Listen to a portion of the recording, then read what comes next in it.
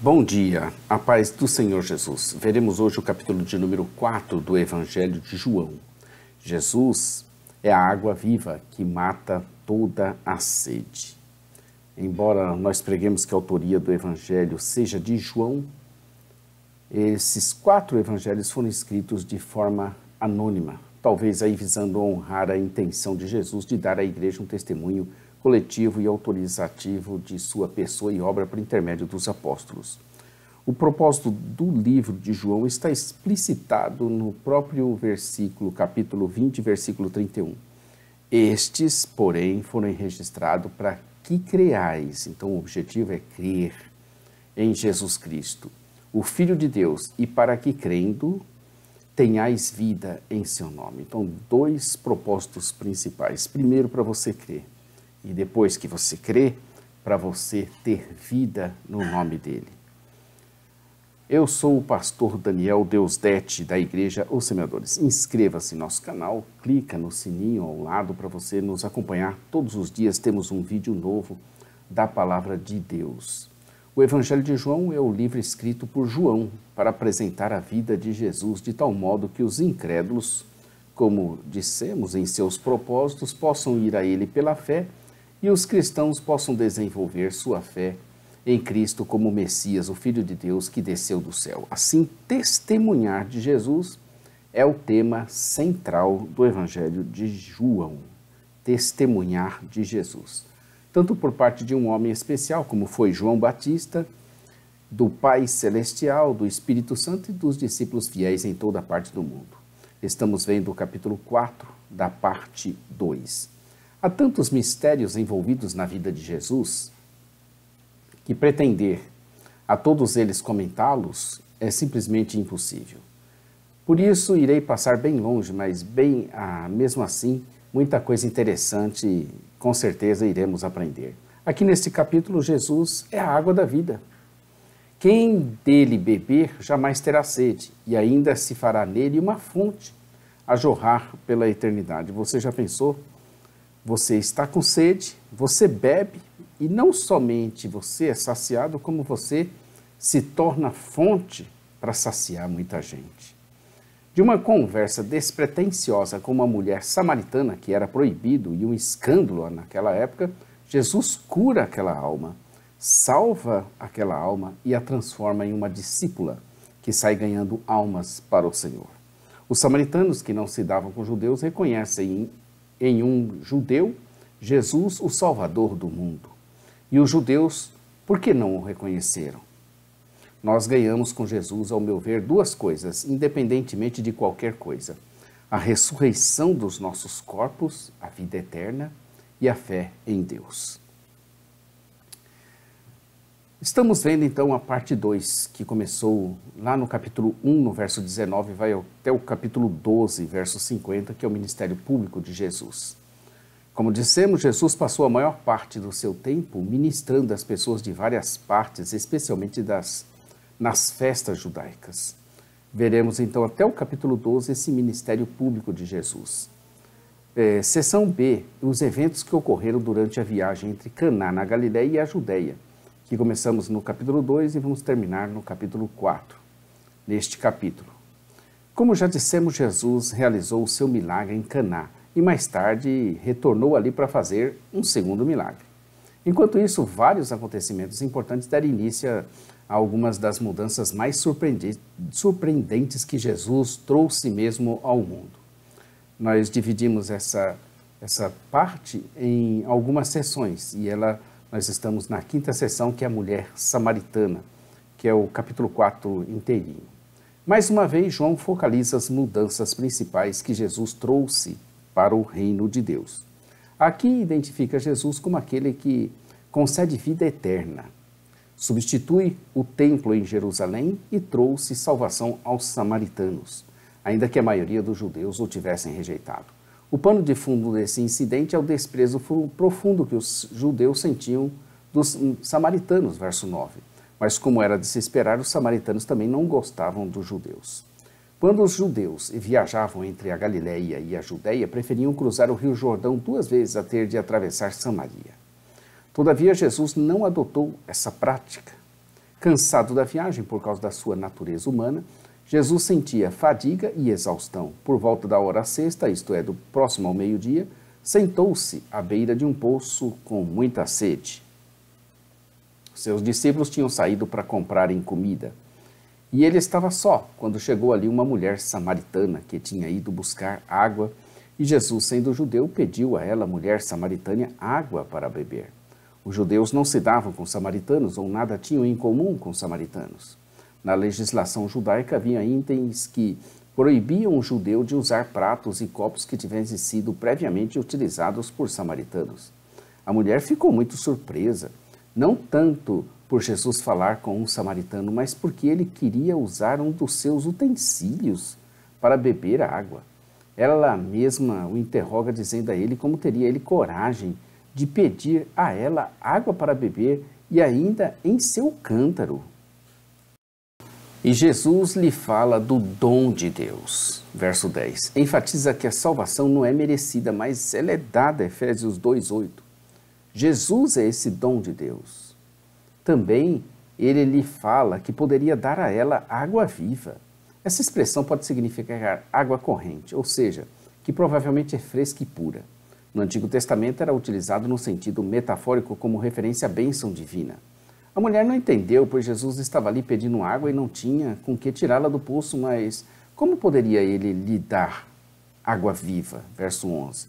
Do mesmo modo que os judeus e Nicodemos, a mulher samaritana, não entendeu os termos chaves que Jesus usou. Do mesmo modo, ambos não entenderam. Ela continua sem entender e o questiona mais ainda. Como poderia ele lhe dar água viva? E seria ele maior do que seu pai Jacó, que deixou aquele poço? Jesus contrastou a satisfação temporária com a eterna, ensinando que todos os prazeres terrenos, ainda que legítimos, desaparecerão. Jesus expressa a origem divina de sua bênção. Ela seria uma fonte a jorrar eternamente, enfatiza a sua abundância. Fala-lhe da vida eterna, enfatiza a sua duração sem fim e da excelente qualidade. Em vista da propaganda da água viva, a mulher se encantou com seu discurso e já queria dessa água, principalmente para não precisar mais ir ali retirar água do poço. Jesus então manda ela chamar seu marido, mas ela responde que não tinha. Jesus então apela para o seu conhecimento profético e supranatural e fala a ela da sua vida e da sua realidade. O conhecimento de Jesus sobre a vida da mulher samaritana lembra o que ele havia demonstrado a respeito de Natanael, no versículo 48 do capítulo 1. A mulher reconheceu, por isso, que estava diante de um profeta e aprofunda suas questões envolvendo agora adoração e qual seria a forma correta de adorar. Nossos pais adoravam neste monte, verso 20. Os detalhes e datas são incertos, mas depois que Samaria foi conquistada pela Síria, houve uma divisão entre os judeus da Samaria e os de Jerusalém. Os samaritanos construíram um templo no monte Gerizim, que foi destruído por volta de 130 a.C. Eles continuaram a adorar nesse monte, mesmo depois da destruição do templo. Jesus, em sua resposta, vai mais além e sai da dimensão egoísta e terrestre da adoração e aponta para algo maior.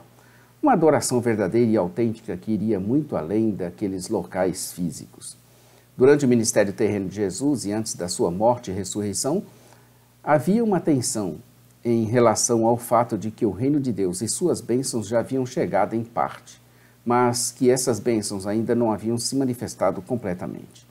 Na verdade, há aspectos do reino que não foram realizados nem vão se realizar até mesmo a segunda vinda de Cristo, a qual estamos aqui aguardando. Por outro lado, aquele que havia trazido o reino de Deus já estava presente na terra e havia inaugurado esse reino. Então, o que importava não eram locais nem rituais, mas a adoração legítima e verdadeira em espírito e em verdade. A expressão em verdade significa efetivamente, de fato, real, isto é, em adoração celestial, da qual a adoração terrena é apenas um tipo. Aqui Jesus empregou o termo verdade, no mesmo sentido que Hebreus 8:2, 9 e 24, em Hebreus 8:2, o verdadeiro tabernáculo do céu não é contrastado com um falso, mas com o tabernáculo terreno que foi construído seguindo o modelo celestial.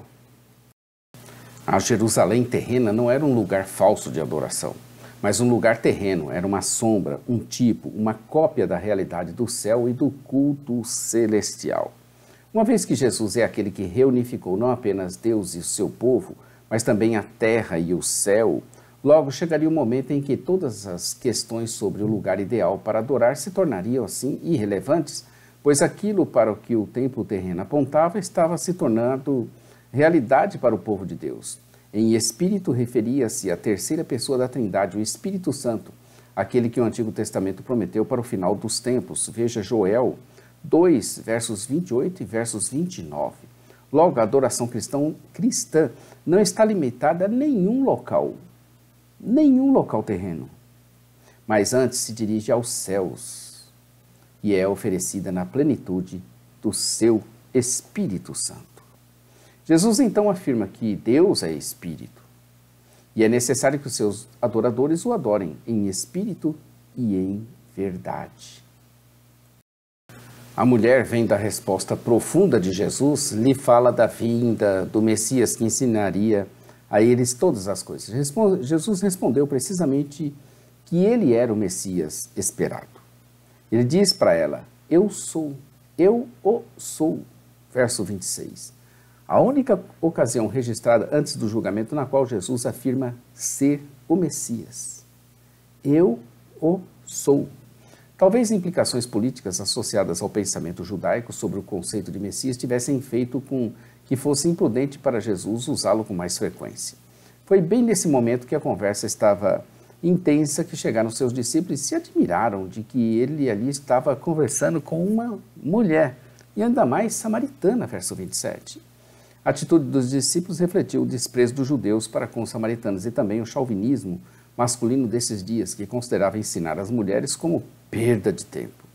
No entanto, ninguém ousou questioná-lo ou mesmo censurá-lo.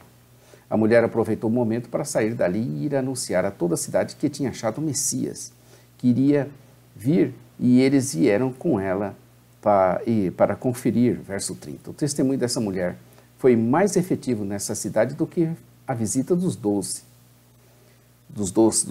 discípulos. Enquanto isso, os discípulos insistiam com ele, mestre, come alguma coisa, mas ele lhes dizia que tinha algo a comer que eles não conheciam, ou seja, fazer a vontade daquele que o tinha enviado e concluir para ele a sua obra. Jesus entendia que eles já deveriam abrirem os seus olhos e verem os campos, pois que estavam já maduros para a colheita. Aquele que colhe já recebe o seu salário e colhe o fruto para a vida eterna, de forma que se alegram juntos o que semeia, tanto o que semeia quanto o que colhe. Versos 31 a 36. Jesus citou o ditado como verdadeiro, pois é um semeador, isto é, o ceifeiro. Jesus deixou claro que os seus discípulos tinham responsabilidades distintas das suas. Eles deveriam colher os frutos da semeadura de Jesus. Essa instrução pode ter antecipado deliberadamente o ensinamento que viria mais tarde. Os samaritanos gostaram mesmo de Jesus e queriam que ele ficasse com eles, por causa do testemunho daquela mulher. Muitas almas foram alcançadas para o reino de Deus e eles recolheram, ao contrário dos judeus, reconheceram, ao contrário dos judeus, os samaritanos ali, reconheceram que ali estava diante deles o Messias, o Salvador do mundo. Eles reconheceram, os judeus não. Eles reconheceram que Jesus é mais do que um profeta, ele é o Salvador do mundo. A partir dos versos 43 ao 54, nós veremos um oficial do rei em Caná. Depois daqueles dias de bênçãos, partiu Jesus com seus discípulos para a Galileia, e ele mesmo tinha dito que nenhum profeta tem honra em sua própria casa. Não está claro se na sua própria terra se refere à Judeia, de onde Jesus partiu para a Galileia, ou mesmo a Galileia. A favor da Galileia, há dois fatores. Geralmente, Jesus não era bem recebido na Judeia, fato que é consistente com o capítulo 1, verso 11, e o verso 45 diz que os galileus o receberam. Porém, a favor da Judeia também há dois fatores. Nesse evangelho, a Caldeia é considerada como a região de origem de Jesus, e embora os galileus tivessem recebido Jesus, a passagem demonstra que Jesus estava descontente com a dependência deles de sinais e de prodígios. João encerra esse seu relato da viagem de Jesus a Caná, narrando um segundo milagre, a cura do filho de um oficial do rei. Do mesmo modo que muitos judeus hipócritas desprezavam os samaritanos tanto pela ancestralidade como pelo culto misturado deles, eles também desprezavam os oficiais reais, porque eles colaboravam com os romanos. Jesus, porém, louvou a fé do oficial, um oficial a serviço de Herodes Antipas, tetrarca da Galileia, em contraste com a maioria dos judeus que o rejeitaram. Jesus respondeu ao oficial do rei que, se porventura não vissem sinais e prodígios, de modo nenhum creriam, mas o oficial parecia muito preocupado com seu filho e pedia desesperadamente que ele o acompanhasse antes que seu filho morresse. Jesus lhe dá uma palavra de poder e anuncia que ele não morrerá e que, portanto, poderia o pai ir tranquilo até o filho. Foi mesmo uma palavra de poder para efetuar a cura, e não apenas uma profecia de que ele se recuperaria sozinho. O oficial creu em Jesus e foi até seu filho, e no caminho seus servos o encontraram com notícia de que o menino vivia. E ele quis saber detalhes da hora em que se deu a melhora do seu filho, e eles disseram que foi na hora 7ª, a 1h da tarde, justamente na mesma hora que Jesus tinha dito para ele ir tranquilo que o menino estava vivo. Resultado disso, muitos creram nele, inclusive todos os da casa do oficial. Foi esse o segundo sinal, verso 54, embora Jesus tenha realizado muitos outros sinais, esse é o segundo que aconteceu em Caná da Galileia. A referência tripla à vida do filho indica que o propósito desse milagre foi demonstrar que Jesus tem poder para dar vida. Correspondendo a isso está a progressão da fé do oficial. Esse foco no poder da palavra de Jesus para dar vida, ele prepara o leitor para o sermão que se segue sobre a vida por meio do Filho, que nós veremos no capítulo 5, versos 19 a 30. João 4:1 diz assim: Quando, pois, o Senhor veio a saber que os fariseus tinham ouvido dizer que ele, Jesus, fazia e batizava mais discípulos do que João, esse é o verso primeiro que começa o capítulo 4, que nós acabamos de ver. O capítulo 4 tem 54 versículos, e o verso 54 diz: Foi este o segundo sinal que Jesus fez, depois de vir da Judéia para a Galileia. Como devemos orar a Deus e adorar? Como devemos adorar a Deus hoje? Jesus ainda nos responde, como respondeu aquela mulher: devemos adorar em espírito e em verdade. Porque Deus é espírito e a verdade. E são exatamente estes que o Pai procura como adoradores. Pela exortação de Jesus, deveríamos crer nele independentemente de sinais e de prodígios. Um oficial do rei com um filho doente procura Jesus e, ao encontrá-lo, faz o seu pedido pelo seu filho. Jesus o ouve e lança a sua palavra de cura. E o menino é curado e toda a família, assim, crê nele. Não somos nós, os vivos de hoje, os oficiais do rei? Façamos então como ele fez. Jesus cura sim nossas enfermidades. Eu creio nisso. Não devemos nos esquecer, no entanto, que maior do que a provisão é o provedor, que maior do que a cura é o que cura, que maior que a bênção é o abençoador. Ao invés da coisa, procuremos sempre aquele que nos entrega todas as coisas. Amém? Amanhã estaremos aqui com o capítulo 5 de João. As obras que Jesus fazia eram incomparáveis, sem iguais. Amanhã, capítulo 5. Inscreva-se no nosso canal, clica no sininho para nos acompanhar, porque todos os dias temos um vídeo novo da Palavra de Deus. A parte escrita você vai encontrar em jamaisdesista.com.br. A nossa loja virtual, ossemeadores.com.br. Nossa rádio, radio.ossemeadores.com. Estamos aí todos os dias com a Palavra de Deus. E em breve nós teremos aí a Bíblia em infográficos. Vai demorar um pouquinho esse projeto, mas com paciência a gente vai criando a cada dia diversos infográficos de cada capítulo da Bíblia. A todos um bom dia, fiquem com Deus. Maranata, ora, ora, vem Senhor Jesus. Deus te abençoe, querido.